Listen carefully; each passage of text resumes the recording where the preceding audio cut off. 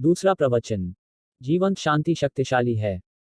सबसे पहले एक मित्र ने पूछा है कि यदि हम शब्दों से मौन हो जाएं, मन हमारा शून्य हो जाए, तो फिर जीवन का, संसार का व्यवहार कैसे चलेगा। हम सभी को यही भ्रांति है कि मन हमारे जितने बेचैन और अशांत हों, संसार का व्यवहार उतना ही अच्छा चलता है। यह हमारा पूछना वैसे ही है जैसे बीमार लोग पूछें कि यदि हम स्वस्थ हो जाएं, तो संसार का व्यवहार कैसे चलेगा। पागल लोग पूछें कि हम यदि ठीक हो जाएं और हमारा पागलपन समाप्त हो जाए, तो संसार का व्यवहार कैसे चलेगा। बड़े मजे की बात यह है, अशांत चित्त के कारण संसार का व्यवहार नहीं चल रहा है, बल्कि संसार के चलने में जितनी बाधाएं हैं, जितने कष्ट हैं, संसार का जीवन जितना नरक है, वह शांत चित्त के कारण है। शांत मन संसार के व्यवहार में बाधा नहीं है, बल्कि शांत मन इस संसार को ही स्वर्ग के व्यवहार में बदल लेने में समर्थ है। हम चलेंगे, लेकिन वह चलना और तरह का होगा। फिर भी हम बोलेंगे, लेकिन वह बोलना और तरह का होगा। फिर भी हम उठेंगे, फिर भी जीवन का जो सामान्य क्रम है वह चलेगा, लेकिन उसमें एक क्रांति हो गई होगी। भीतर मन यदि शांत हो गया हो तो दो परिमाण होंगे। ऐसे मन से जो चर्या निकलेगी, जो जीवन निकलेगा, वह दूसरों में अशांति पैदा नहीं करेगा और दूसरे लोगों के अशांत व्यवहार की प्रतिक्रिया में ऐसे चित्त में कोई अशांति पैदा नहीं होगी, बल्कि उस पर फेंके गए अंगारे भी उसके लिए फूल जैसे मालूम होंगे। हमारे ही बीच महावीर या बुद्ध या क्राइस्ट जैसे लोग हुए हैं, जो हमारे ही बीच थे, हमारी ही जमीन पर थे, लेकिन इसी जमीन पर उन्होंने उस आनंद को जाना जिसकी हमें कोई भी खबर नहीं है। कैसे, कौन से रास्ते से, कौन से मार्ग से। उनके पास शरीर हमारे जैसा ही था, उस शरीर पर बीमारियां भी होती थीं और उस शरीर को एक दिन मर भी जाना पड़ा। उनके पैर में भी कांटा चुभ जाता तो खून बहता, और उनको भी गोली मार दी जाती तो उनका शरीर समाप्त हो जाता। हड्डी और मांस हमारे ही जैसा था, भूख और प्यास हमारे ही जैसी थी, जिंदगी और मरण हमारे ही जैसा था। लेकिन फिर फर्क क्या था। फर्क था तो भीतर कोई फर्क था। भीतर मन और तरह का था। हमारा मन और तरह का है। मन शांत था, मन मौन था। इस मौन और शांति से भी उन्होंने जीवन को जिया और उस जीवन में से बहुत सी सुगंध पाई, बहुत सा संगीत पाया। हम अशांति के द्वारा जीवन को जीते हैं और हम यह भी सोचते रहते हैं कि अगर हम शांत हो गए तो फिर जीवन कैसे चलेगा। जैसे जीवन अशांति से चल रहा हो। जीवन अशांति से चल नहीं रहा है, घिसट रहा है। जीवन अशांति से विकसित नहीं होता, केवल तड़पता है और परेशान होता है। और जीवन के व्यवहार का शांत हो जाने से कोई विरोध नहीं है। लेकिन शायद सैकड़ों वर्षों की शिक्षाओं ने हमारे मन में एक तरह का द्वैत पैदा कर दिया। सैकड़ों वर्षों से यह कहा जाता रहा है कि जिस व्यक्ति को शांत होना है उसे संसार छोड़ देना पड़ेगा। सैकड़ों वर्षों से यह बात समझाई गई है कि शांत होना, सत्य के मार्ग पर होना और संसार का व्यवहार, ये दोनों विरोधी बातें हैं। मैं आपसे निवेदन करता हूं, यह बड़ी खतरनाक शिक्षा थी और इस शिक्षा के कारण ही जीवन धार्मिक नहीं हो पाया। इस शिक्षा के कारण ही जमीन आज भी अधार्मिक है। एक रात एक साध्वी एक गांव में मेहमान होना चाहती थी, लेकिन उस गांव के लोगों ने उसे ठहरने के लिए अपने दरवाजे न खोले। हर दरवाजे पर उसने प्रार्थना की कि आज की रात मैं यहाँ ठहर जाऊं, लेकिन द्वार बंद कर लिए गए। जैसा कि मैंने कल कहा, वह साध्वी, वह अकेली महिला उस रात उस गांव में शरण मांगती थी, लेकिन उस गांव के लोगों का धर्म दूसरा था और साध्वी का धर्म दूसरा। इसलिए शरण देना संभव नहीं हुआ। एक शब्द बाधा बन गया। साध्वी किन्हीं और विचारों को मानती थी और गांव के लोग किन्हीं और विचारों को मानते थे। उस साध्वी को ठहरने की जगह नहीं मिली। आखिर उस सर्द रात में उसे गांव के बाहर एक वृक्ष के नीचे ही सो जाना पड़ा। रात कोई 12 बजे होंगे, तब ठंडी हवाओं में उसकी नींद खुल गई। उसने आंखें खोली तो ऊपर पूर्णिमा का चांद वृक्ष के ऊपर खड़ा है और वृक्ष में रात के फूल चटक चटक कर खिल रहे हैं। और उसने पहली बार आकाश में इतने सुंदर चांद को देखा, इतने एकांत में, इतने अकेलेपन में। और उसने पहली बार जीवन में उस वृक्ष पर रात के फूलों को खिलते हुए सुना। छोटी छोटी बदलियां आकाश में तैरती थीं। वह उठी और मौन उस रात के सौंदर्य को उसने जाना और पिया। और फिर आधी रात को ही वह गांव में वापस पहुंच गई और उसने उन लोगों के द्वार खटखटाए जिन्होंने सांझ उसे शरण देने से इनकार कर दिया था। अंधेरी रात, आधी रात में वे घर के लोग उठे और उन्होंने पूछा, कैसे आई हो? हम तो सांझ को तुम्हें इनकार कर चुके। उस साध्वी ने कहा, मैं धन्यवाद देने आई हूं। काश तुमने मुझे अपने घर में ठहरा लिया होता तो आज रात मैंने जो सौंदर्य जाना है दूसरा व्यक्ति तो इतने क्रोध से भर जाता, इतने वैमनस्य से, इतनी घृणा से, इतने अपशब्दों से कि शायद उसे नींद भी न आती। और इतने अपशब्दों और क्रोध से भरे होने के कारण उसे चांद भी दिखाई न पड़ता। और अपने भीतर इतने शोरगुल की वजह से उसे फूलों के खिलने की खबर भी न मिलती। वह रात तो वैसी ही आती, चांद भी निकलता, फूल भी खिलते, लेकिन वह क्रोध से भरा हुआ मन, वह अशांत मन उस सबको न देख पाता और उस गांव के प्रति सदा के लिए एक शत्रुता का भाव उसके मन में पैदा हो जाता। परमात्मा हमारे ऊपर हिंसा नहीं करना चाहता है, इसलिए बाहर दरवाजे पर प्रतीक्षा करता है कि हम अपने द्वार खोलें। लेकिन हम अपने द्वार ही न खोलें तो अंधकार में हम अपने हाथ से जीते हैं। शांत मन का अर्थ है द्वार खोलना। शांत मन का अर्थ है दीवार को तोड़ना। शांत मन का अर्थ है असीम के साथ तालमेल, उससे संसार मिटेगा नहीं, बल्कि संसार ही स्वर्ग बन जाएगा। उससे जीवन के संबंध नष्ट नहीं होंगे, जैसा कि हमें सिखाया गया है। हमें सिखाया गया है कि जो परमात्मा का हो जाएगा, वह पत्नी का नहीं रह जाएगा, वह व्यक्ति वह अपने बच्चों का नहीं रह जाएगा, वह अपने घर का नहीं रह जाएगा, वह अपने संबंधियों का नहीं रह जाएगा। यह झूठ है, बात एकदम झूठ। इससे ज्यादा झूठी बात कभी नहीं कही गई। सच्चाई उल्टी है। सच्चाई यह है कि उसके घर के लोग तो उसके होंगे ही, इस जमीन पर कोई न रह जाएगा जो उसके घर का बाहर का हो। सच्चाई यह है कि उसके संबंध तो जिनसे हैं उनसे होंगे ही, इस जगत में कोई न रह जाएगा जिससे उसके संबंध न रह जाएं। मंदिरों में कही जाने वाली प्रार्थनाएं प्रार्थनाएं नहीं हैं, थोथे शब्द हैं।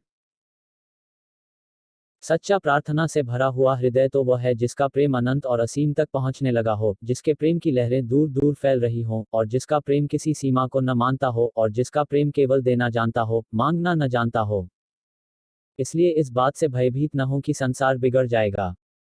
एक दूसरे मित्र ने पूछा है कि मैंने कहा कि शब्दों को दोहराए नहीं। दोहराने, रिपीटिशन से तो मन जड़ हो जाता है।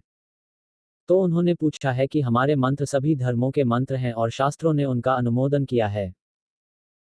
सैकड़ों वर्षों से कहा जाता रहा है, उनको दोहराओ दोहराओ। और जितना ज्यादा दोहराओगे, जितना ज्यादा रिपीट करोगे, उतना ही ज्यादा भगवान के निकट पहुंच जाओगे। तो उस संबंध में मेरा क्या ख्याल है? पहली बात, शांति दो प्रकार की होती है। एक तो शांति वह होती है जो आदमी को नींद में मिलती है, जब वह रात सो जाता है और सुबह उठकर कहता है, मैं बहुत गहरी नींद में सोया, बड़ा अच्छा लगा, बड़ा मन शांत है। दूसरी शांति बेहोशी की शांति है। पैर में दर्द है और डॉक्टर एक इंजेक्शन लगा दे जिससे स्नायु सो जाएं, तो एक तरह की शांति मिलती है, दर्द का पता होना बंद हो जाता है। जड़ता की शांति है। पैर जड़ हो गया, उसकी संवेदनशीलता कम हो गई, दर्द का अनुभव नहीं होता। तो मैंने कहा कि शब्दों को दोहराए नहीं। दोहराने, रिपीटिशन से तो मन जड़ हो जाता है। तो उन्होंने पूछा है कि हमारे मंत्र सभी धर्मों के मंत्र हैं और शास्त्रों ने उनका अनुमोदन किया है। बोलने वाला सोचता होगा कि यह सोने वालों का कसूर है। यह बोलने वाले का कसूर है। वह इस तरह की बातें बोल रहा है जिनसे बोर्डम पैदा होती है। रिपीट कर रहा है कुछ बातों को, उससे लोग ऊब जाते हैं, ऊब से नींद पैदा होती है। उसमें जो बहुत सचेतन लोग होंगे वे उठकर चले जाएंगे, क्योंकि यह तो जड़ता की बात हो गई। और इसीलिए जवान आदमी धार्मिक सभाओं में दिखाई नहीं पड़ते। अभी उन्हें जिंदगी है। बूढ़े आदमी दिखाई पड़ते हैं। बूढ़े आदमी मौत की तरफ सरक रहे हैं, वे जड़ता की तरफ सरक रहे हैं। उनको कोई भी जड़ता प्रीतिकर लगती है। जवान को जड़ता मुश्किल मालूम पड़ती है कि वहां बैठा रहे। और अगर बिल्कुल छोटे बच्चे बिठाला दिए गए हों तो वे तो बिल्कुल ही नहीं बैठेंगे, अभी वे बहुत जीवंत हैं। अभी वे जड़ होने को राजी नहीं हैं। अभी जिंदगी उनमें बड़ा प्रवाह ले रही है। अभी जिंदगी उनमें खड़ी हो रही है, तो उन्हें जड़ता की कोई बात अपील नहीं करेगी।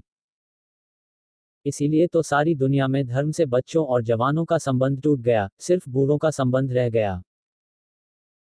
यह इस बात की सूचना है कि जिस धर्म को हम बार बार दोहरा रहे हैं, वह किसी न किसी रूप में जड़ता का पक्षपाती होगा। अगर वह जीवन का पक्षपाती होता तो बच्चे और जवान उसमें निश्चित ही उत्सुक होते। लेकिन यह जो रिपीटिशन है, यह जो बार बार दोहराना है किन्हीं बातों का, यह एक तरह की राहत, एक तरह की शांति लाता है। और वह शांति इस बात की है, अगर आप राम राम राम राम घंटे भर तक कहते रहें, मन ऊब जाएगा, जो कि मन का स्वभाव है। मन जागता है नए से, नई चीज हो तो जागता है। पुरानी पुरानी बात तो मन को जागने का कोई कारण नहीं रह जाता, वह सो जाता है। एक मित्र ने पूछा है, हमसे तो कहा जाता है कि हम माँ बाप गुरु को आदर दें, सम्मान दें और उनकी बात को हमेशा प्रामाणिक माने, उस पर शक न करें, उस पर संदेह न करें। तो मेरा क्या विचार है इस संबंध में? पहली बात, अगर कोई भी आपसे कहता हो मुझे आदर दो, तो उसे आदर कभी मत देना, क्योंकि यह मांग उस आदमी के भीतर आदर योग्य होने की कमी का सूचक है। अगर गुरु यह कहता हो मुझे आदर दो, उसे कभी आदर मत देना, क्योंकि यह आदमी गुरु होने के योग्य ही नहीं रहा। गुरु कभी आदर नहीं मांगता। जो आदर मांगता है वह गुरु नहीं रह जाता। आदर की मांग बड़े क्षुद्र मन की सूचना है। आदर मांगा नहीं जाता, आदर मिलता है। मैं यह नहीं कहता कि माँ बाप को आदर न दो। मैं यह कहता हूँ माँ बाप ऐसे होने चाहिए कि उन्हें आदर मिले। आदर मांगा नहीं जा सकता, और मांगा हुआ आदर एकदम झूठा होगा। अगर कोई देगा भी, वह झूठा होगा। अगर बच्चे आदर देंगे इसलिए कि माँ बाप मांगते हैं कि आदर दो, क्योंकि हम बुजुर्ग हैं, हमने जिंदगी देखी है और हमने यह किया और हमने वह किया, अगर इस वजह से वे आदर मांगते हैं, तो वे पक्का समझ लें, वे बच्चे में आदर नहीं अनादर के बीज बो रहे हैं। हाँ, आज तो बच्चा कमजोर है इसलिए डर की वजह से आदर देगा, लेकिन कल आप कमजोर हो जाएंगे और बच्चा ताकतवर हो जाएगा। आप बूढ़े हो जाएंगे और बच्चा जवान हो जाएगा, तब पासा बदल जाएगा। बच्चा सताएगा और अनादर देगा। ये जो जवान बच्चे अपने माँ बाप को अनादर दे रहे हैं, यह अकारण नहीं है। इनसे बचपन में जबरदस्ती आदर मांगा गया। जब भी आदर मांगा जाता है तो समझ लेना चाहिए, समाज में आदर पाने योग्य लोग समाप्त हो गए। सचमुच योग्य व्यक्ति कभी आदर नहीं मांगता, सम्मान नहीं मांगता। सारी दुनिया में युवक पुरानी पीढ़ी के शत्रु हुए जा रहे हैं। इसमें जिम्मा किसका है? इसमें पुरानी पीढ़ी जिम्मेवार है। और अगर पुरानी पीढ़ी ने यह गलती की कि जिम्मेवारी नई पीढ़ी पर सौंपी, तो कोई फर्क न हो सकेगा। लेकिन अगर पुरानी पीढ़ी ने यह समझा कि कुछ बुनियादी भूलें हैं, जिनकी वजह से नई पीढ़ी भटक रही है, जिनकी वजह से नई पीढ़ी के मन में कोई कृतज्ञता का भाव नहीं है, कोई ग्रेटिट्यूड नहीं है, कोई सम्मान नहीं है, कोई आदर नहीं है, तो शायद हम नई पीढ़ी में वह भाव पैदा कर सकें जो कि उसमें होना चाहिए। अगर पुरानी पीढ़ी किसी सूरज को अपने भीतर जन्म दे सके और किसी सुगंध को, तो नई पीढ़ियां हमेशा अनुग्रहित होने को हैं। और जिस व्यक्ति को इस बात का एहसास है कि वह जो कह रहा है सच है, वह कभी यह नहीं कहता कि मेरी बात को प्रमाण मान लेना। जिस आदमी को अपनी बात पर शक होता है, वह हमेशा जोर देकर कहता है कि मेरी बात प्रमाण है, मैं जो कह रहा हूं वह सत्य है। और कुछ प्रश्न हैं, लेकिन उनका तो उत्तर आज संभव नहीं हो पाएगा। और सभी प्रश्नों के उत्तर जरूरी भी नहीं हैं। इसलिए नहीं कि वे प्रश्न कम महत्वपूर्ण हैं, बल्कि इसलिए कि जो बातें थोड़ी सी मैंने कही, अगर वे आपके ख्याल में समझ में आ जाएं, तो उनके आधार पर आप उन प्रश्नों के उत्तर भी पा सकेंगे जिनके बाबत मैंने कुछ भी नहीं कहा। मेरा दृष्टिकोण आपके सामने मैंने रख दिया। मैंने जो भी बातें कही, उन पर विश्वास कर लेने की कोई भी जरूरत नहीं है। मैं न तो गुरु हूं, न उपदेशक हूं, न मुझे यह भ्रम है कि जो बात मैं कहूं उसे आप मान लें। मैंने ये बातें आपके सामने रखी ताकि आप इन पर सोचें, विचार करें। लेकिन एक बात है, अगर आपने विचार किया, तो मेरी बातें चाहे आपको गलत मालूम पड़ें, लेकिन जितना आप विचार करेंगे, उससे आपके भीतर विवेक की शक्ति विकसित होगी और बड़ी होगी। कोई दूसरा आदमी किसी के प्रश्नों के उत्तर नहीं दे सकता। कोई दूसरा आदमी किसी की प्यास नहीं बुझा सकता। हर आदमी की प्यास अद्वितीय है, यूनिक है। हर आदमी अलग है। हर आदमी बेजोड़ है। हर आदमी का प्रश्न भी बेजोड़ है, उसका उत्तर मेरे पास कैसे हो सकता है? फिर मैं किस लिए बोल रहा हूं? मैं इसलिए बोल रहा हूं ताकि आपको अपने भीतर उत्तर खोजने की विधि, मेथड मिल जाए, सोच विचार मिल जाए, आप चीजों को सोचने विचारने लगें, तो आपके भीतर जहां से प्रश्न पैदा हुआ है, वहीं उत्तर भी सदा मौजूद है। और जब अपने भीतर का उत्तर आता है, तो वह उत्तर मुक्त कर देता है। वह उत्तर ही जीवन दर्शन बन जाता है। वह उत्तर ही जीवन का सत्य बन जाता है। वह उत्तर ही हमारे प्राणों की प्यास को बुझाने वाला जल बन जाता है। उसको खोजें। मुझ पर या किसी पर विश्वास करने से वह नहीं मिलेगा, बल्कि संदेह करने से मिलेगा। तो मैंने जो बातें कही उन पर खूब संदेह करें, उनका खूब विश्लेषण करें, उनको तोड़ें फोड़ें, उनको बजाएं और परखें। हो सकता है वे सारी बातें गलत हों, तो उन सारी बातों के गलत होने में भी आपको सही की झलक मिलनी शुरू हो जाएगी। और हो सकता है कोई बात उसमें सही हो तो आपकी खोजबीन से वह सही आपको दिखाई पड़ जाएगा। और तब उससे मेरा कोई संबंध नहीं होगा। वह सत्य आपका हो जाएगा। और जो सत्य आपका है वही सत्य है। दूसरों के सब सत्य असत्य हैं। आपका सत्य ही सत्य हो सकता है। मेरी बातों को इतने प्रेम और शांति से सुना, उससे बहुत बहुत अनुग्रहित हूँ। और अंत में सबके भीतर बैठे परमात्मा को प्रणाम करता हूँ। मेरे प्रणाम स्वीकार करें। अज्ञानी अरुण। Mobile number 089601632551।